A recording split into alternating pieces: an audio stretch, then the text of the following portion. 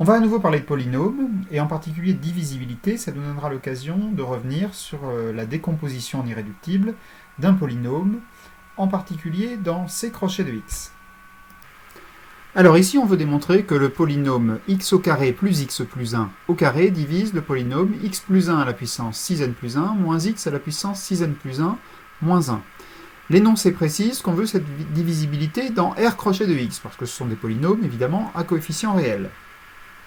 Alors, on va faire une première observation, c'est que si A et B sont à coefficients réels, et A divise B dans C crochet de x, alors A divise B aussi dans R crochet de x. Pourquoi ? Parce que si je peux écrire B égale AQ, c'est ce qui est la divisibilité, A et B sont à coefficients réels. Si Q n'appartient pas à R crochet X, eh bien j'aurai des coefficients qui sont complexes et pas réels, je multiplie par un polynôme réel, alors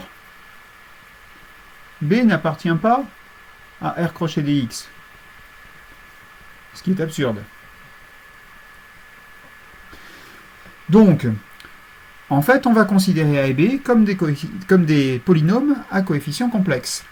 Et dans ce cas-là, eh bien, on a un résultat qui nous donne une condition nécessaire et suffisante pour que ce polynôme-là divise celui-ci.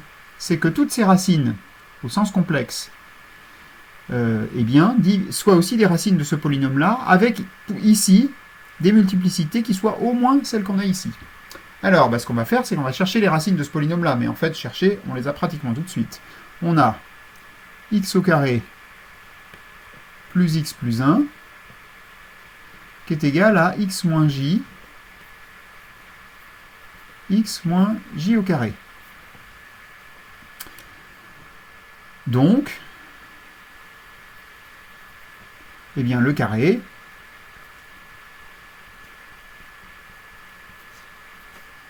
c'est égal à x moins j, tout ça au carré, x moins j au carré aussi.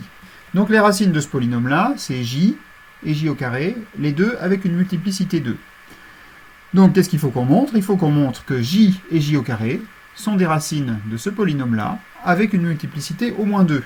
Et montrer que c'est racine avec multiplicité au moins 2, eh bien ça revient à montrer que ces racines de ce polynôme-là est aussi racine du polynôme dérivé. Alors on va poser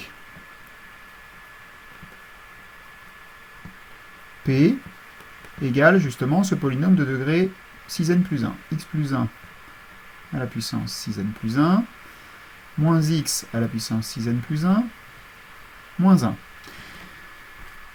Ce qu'il va falloir faire, c'est déterminer si j et j au carré sont bien des racines de ce polynôme-là et sont bien des racines de son polynôme dérivé. Alors, polynôme dérivé, calculons-le tout de suite.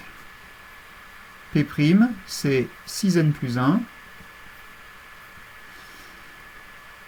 et facteur de, eh bien, x plus 1 à la puissance 6n moins x à la puissance 6n.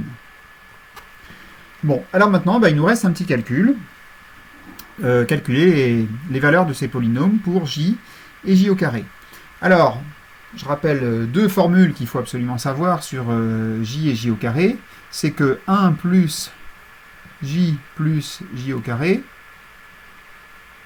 c'est égal à 0. J et j au carré sont précisément les deux racines de ce polynôme-là. Et puis d'autre part, évidemment, j au cube égale 1. C'est une racine cubique de l'unité. Alors, il nous reste à faire ce calcul. P de j, c'est égal à 1 plus j à la puissance 6n plus 1, moins j à la puissance 6n plus 1, moins 1. 1 plus j, grâce à cette formule-là, c'est moins j au carré. C'est moins j au carré à la puissance 6n plus 1, moins j à la puissance 6n plus 1, moins 1. Alors maintenant, regardons ce que ça fait, ça. Moins j au carré à la puissance 6n plus 1. C'est moins j au carré à la puissance 6n fois moins j au carré. Mais moins j au carré à la puissance 6n. Eh bien ici, 6n, j'ai un facteur 3 dedans.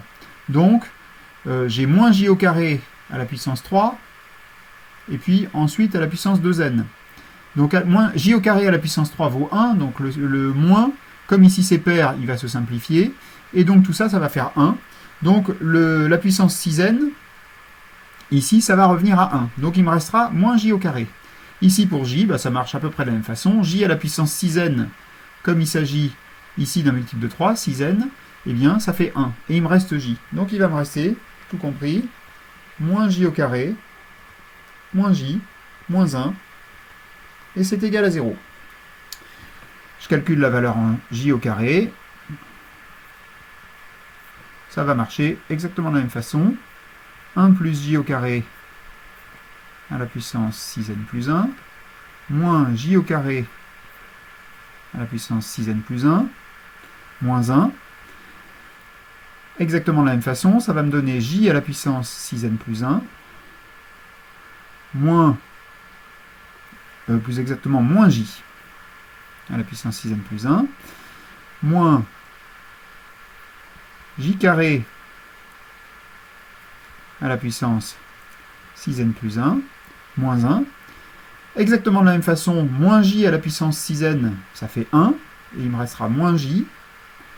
J au carré à la puissance 6n, c'est 1, donc il va me rester moins j au carré. Ça me fait moins j au carré, moins 1, c'est encore égal à 0. Donc on a bien prouvé que j et j au carré sont racines du polynôme p.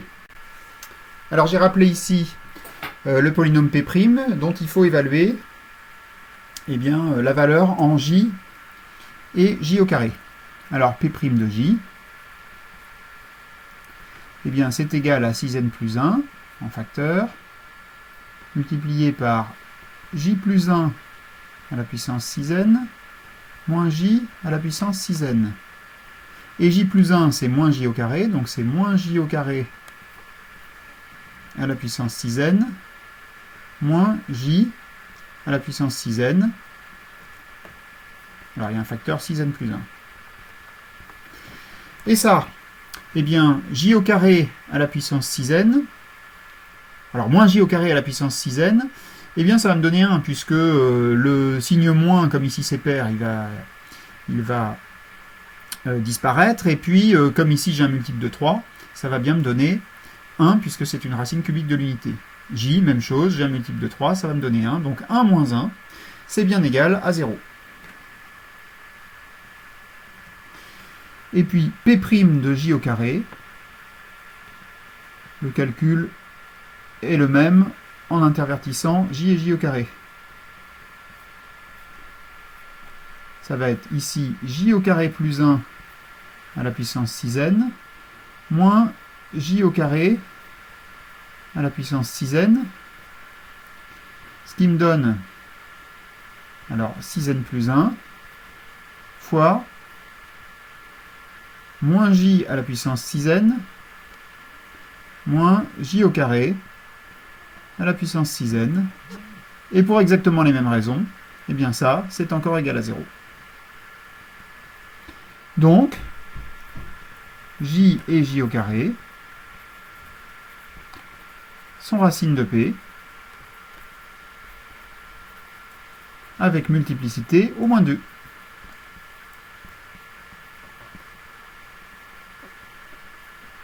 Et donc, finalement, eh bien, comme toutes les racines de celui-ci sont aussi racines de celui-ci avec des multiplicités au moins égales, x carré plus x plus 1 au carré est bien un diviseur de p.